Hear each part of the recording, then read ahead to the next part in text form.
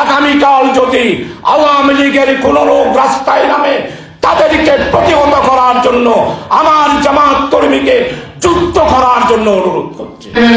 যদি যেখান থেকেই হোক পাল্টা করে অভ্যুত্থানের চেষ্টা করে থাকেন, তাহলে আপনাদের গায়ে বাড়া জানাজা পড়ার লোক খুঁজে পাবেন না।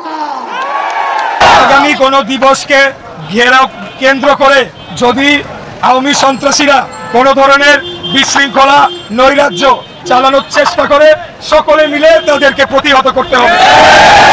আওয়ামী লীগের প্রতি, ছাত্রলীগ, যুবলীগের প্রতি যারা দেশে আছেন তাদের প্রতি একটা আহ্বান রাখতে চাই যে আমরা আপনাদেরকে গত 4-5 বছর ধরে বলছিলাম যে শেখ হাসিনা পালিয়ে যাবে, ওবায়দুল কাদের, সালমানের প্রমাণরা হয়তো আফগানিস্তানের মতো প্লেনের চাকা ধরে পালাতে পারবে, আপনাদেরকে এই দেশে থাকতে হবে।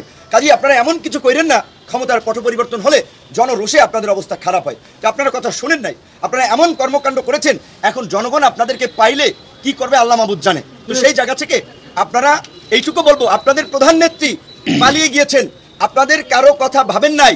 প্রধান সেই নেত্রীর ছেলে তিনি বলেছেন যে তিনি কোনো পার্টির কথা, দলের কথা ভাবছেন না, তিনি তার মা, তার পরিবারের কথা ভাবছেন।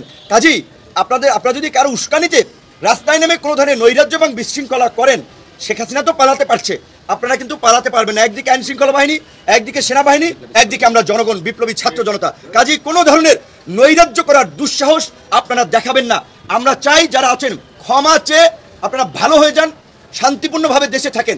কোনো ধরনের বিশৃঙ্খলা করা থাকলে বিপ্লবী ছাত্র জনতা এবং সরকার মিলে আপনাদের বিরুদ্ধে ব্যবস্থা নেবে। আপনাদেরকে হুঁশিয়ার এবং সাবধান করে দিতে চাই। শেখ মুজিবুর রহমান সাহেব একজন জাতীয় নেতা ছিলেন, কাজেই তার প্রতি শ্রদ্ধা নিবেদন কিংবা তার প্রতি কারো ভালোবাসা থাকতে পারে।